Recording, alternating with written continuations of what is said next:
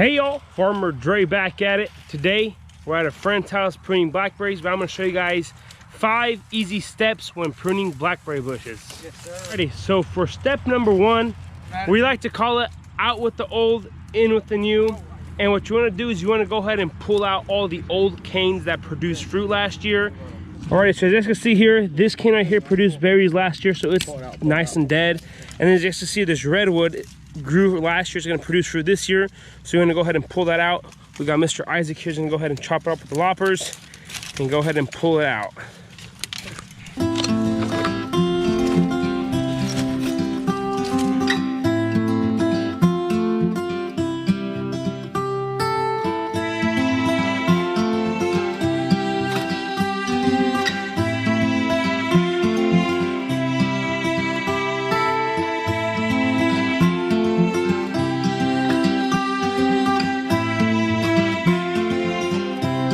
So now for step number 2 is you want to keep those new canes at about 4.5 to 5 foot tall, and usually it all comes down to what you're trellising. And as you can see here, this is a regular T-post trellis system, and what you want to do here is you want to go ahead and cut these new canes at about 3 to 4 foot above the ground, so you don't have too much lag in the middle of the row.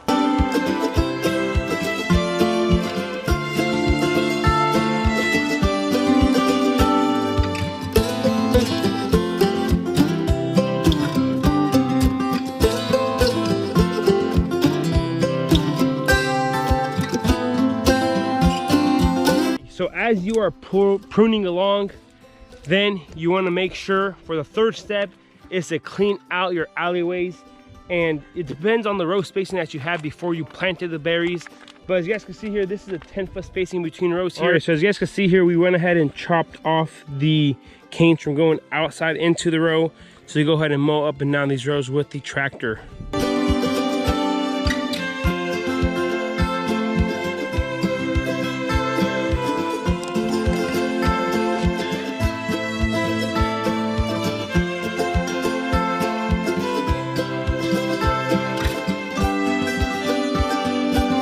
So now for step number 4, you want to make sure to keep the weeds and the debris at the bottom of the berry plants, around the crown of the berry plants, nice and clean.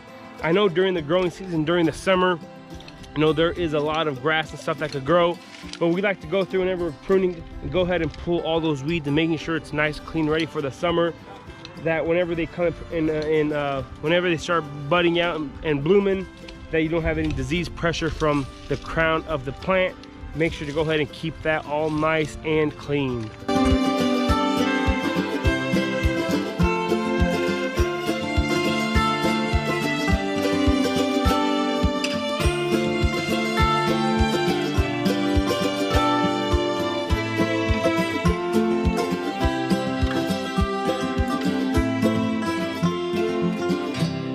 For step number 5, you want to make sure to keep the new suckers or the root suckers out of the center of the row. And this all comes down to variety selection. There are a lot of varieties that are a crown variety, and the crown varieties only give up new shoots from the crown of the plant.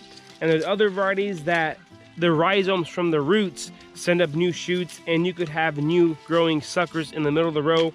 And make sure you keep those mowed out of the center of the rows, because your hedgerow doesn't get too big and then it squeezes your row spacings together.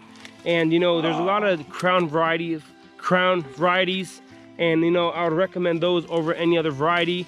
But you got to find out what your market wants and the best tasting variety that you want to grow. So make sure you keep all the suckers or the sprouts out of the center of your row.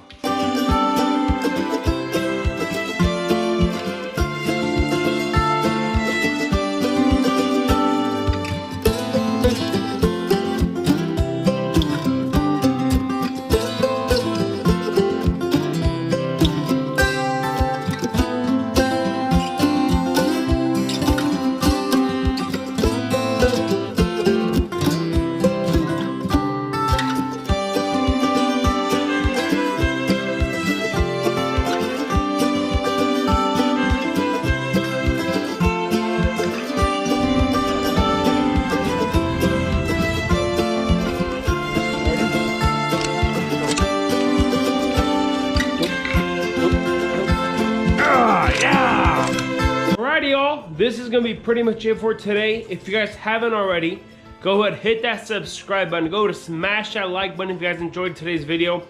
Don't forget to hit that notification icon so you guys can be notified whenever I do upload a video. I want to say thanks for watching up to this point. You guys have a good day. We will see you next time.